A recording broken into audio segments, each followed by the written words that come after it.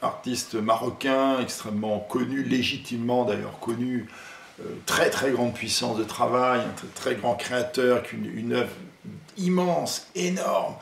Pour parler de quoi? Pour parler de la résistance, la volonté d'exister, notamment dans les circonstances les plus délicates, les plus difficiles de l'existence.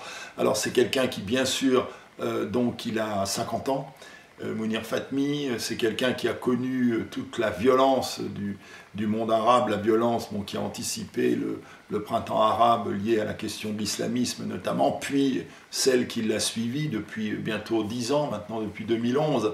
Donc avec toujours cette question où positionner l'individu par rapport au grand système de pouvoir, par rapport au système d'oppression, que ces systèmes d'oppression soient religieux, qu'ils soient politiques, qu'ils soient économiques, d'ailleurs qu'ils soient familiaux aussi, ce qui est très important chez lui. Donc c'est un artiste dont toute l'œuvre cherche à se demander où sommes-nous dans l'histoire, que sommes-nous dans l'histoire en tant qu'individu, quelle est notre position, avons-nous d'ailleurs une place, devons-nous la créer.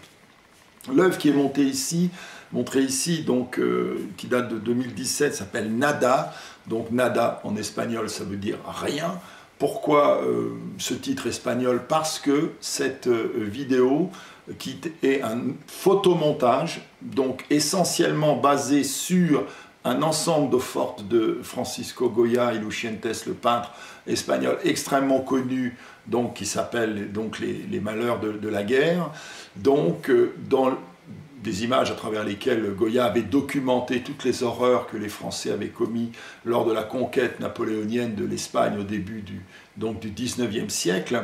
Bon, dans cette bande, justement, Mounir Fatmi donc, part de ces images et il va les cumuler avec d'autres images du XXe siècle notamment, toutes liées à des situations extrêmes de violence, la guerre d'Espagne, mais aussi la Deuxième Guerre mondiale, d'autres guerres, des bombardements, avec toujours dans cette extraordinaire, on pourrait dire, théorie de violence, de brutalité,